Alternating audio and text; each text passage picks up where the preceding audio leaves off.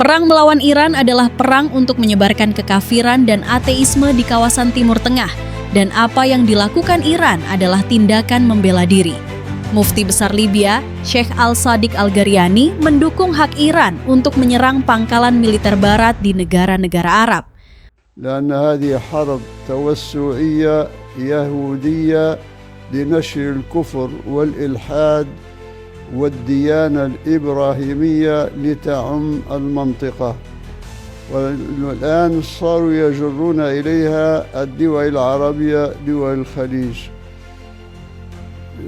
إيران عندما تستهدف القواعد العسكرية ولا الجنود الأمريكان في أي منطقة في هذه البلاد هي من باب الدفاع عن النفس، هذا من حقها، لأن هؤلاء أعداء هاجموها في عقر دارها. إيران كانت واقفة يعني الموقف الذي يبحث عن حل المسائل بالأمور السلمية، وكانوا على طاولة المفاوضات، وفجأة وجدوا أنفسهم مستهدفين قياداتهم وبنيتهم التحتية، وما تركوا شيء إلا ودمروه.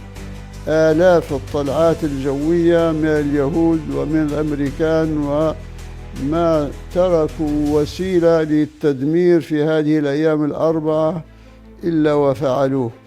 فعندما ترد على قواعد عسكرية في بعض البلاد العربية ولا تستهدف عسكريين، هذا يعد من باب الدفاع عن النفس ومن حقها، لأن الكفرة الآن يقتلون أبناء، يقتلون الأطفال، يقتلون الصغار. مدرسة واحدة ما يقرب من 200 تلاميذ في المراحل الابتدائية قاتلهم العدو بطائراتهم. فما تفعله من باب الدفاع عن النفس. الذي هو لا يليق ولا نقبله هو استهداف المنشآت المدنية في هذه الدول. المنشآت المدنية استهدافها هي خاطئة فيه. Apa yang sedang terjadi hari ini bukan sekedar konflik biasa.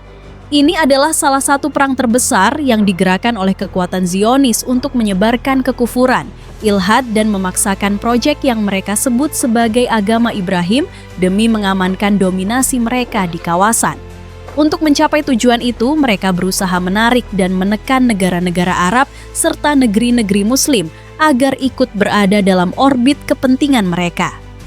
Ketika Iran kemudian menyerang target-target militer baik pangkalan militer maupun instalasi Amerika di berbagai wilayah, itu bukanlah agresi tanpa sebab. Itu adalah tindakan pertahanan diri dan hak yang diakui bahkan dalam hukum perang sekalipun. Sebab musuh-musuh mereka lebih dahulu menyerang mereka, menargetkan wilayah, pemimpin, dan infrastruktur mereka. Padahal Iran sebelumnya masih berada dalam jalur diplomasi, mencari penyelesaian melalui cara-cara yang aman. Mereka berada di meja perundingan, berusaha menyelesaikan konflik melalui kesepakatan. Namun tiba-tiba semuanya berubah, mereka diseret masuk ke dalam eskalasi perang. Para pemimpin mereka diserang, struktur pertahanan mereka dibombardir, tidak ada yang dibiarkan tersisa tanpa menjadi target.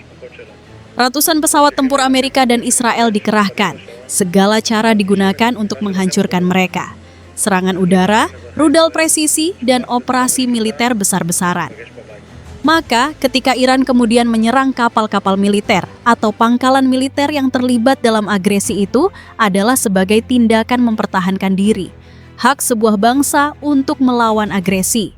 Sebab yang terjadi sekarang jauh lebih tragis. Anak-anak dibunuh. Anak-anak tidak berdosa menjadi korban di sebuah sekolah dan lebih dari 200 anak berada di sana. Dan pada saat-saat pertama, serangan mereka menjadi korban bom dan rudal musuh. Maka pertanyaannya, apa yang harus dilakukan sebuah bangsa ketika anak-anak mereka dibunuh? Yang tidak dapat diterima justru adalah sikap sebagian pemerintah di kawasan ini. Pemerintah-pemerintah yang mengetahui apa yang terjadi, namun memilih diam. Diam terhadap pembantaian adalah kesalahan besar.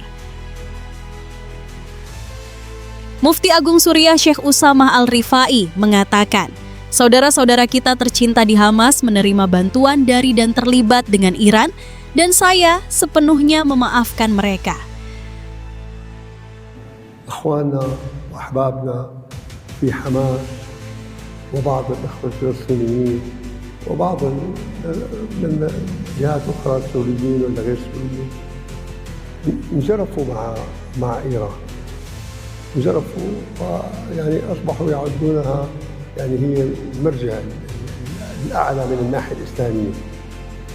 وأنا بأول أمر أنا أعذرهم في هذا تماما، لأنه جينا عم نعاتبهم وقال إحنا لولا أنه العرب تخلوا عنا نهائيا كانوا يغدقون علينا السلاح والمال وكذا، ولكن نشفوها بالنقطة، ما عاد أعطونا شيء أبدا أبدا. وإيران فاتحت لنا المجال، خذوا سلاح وخذوا مال وكذا، خذوا شو بدكم. هذا عذر.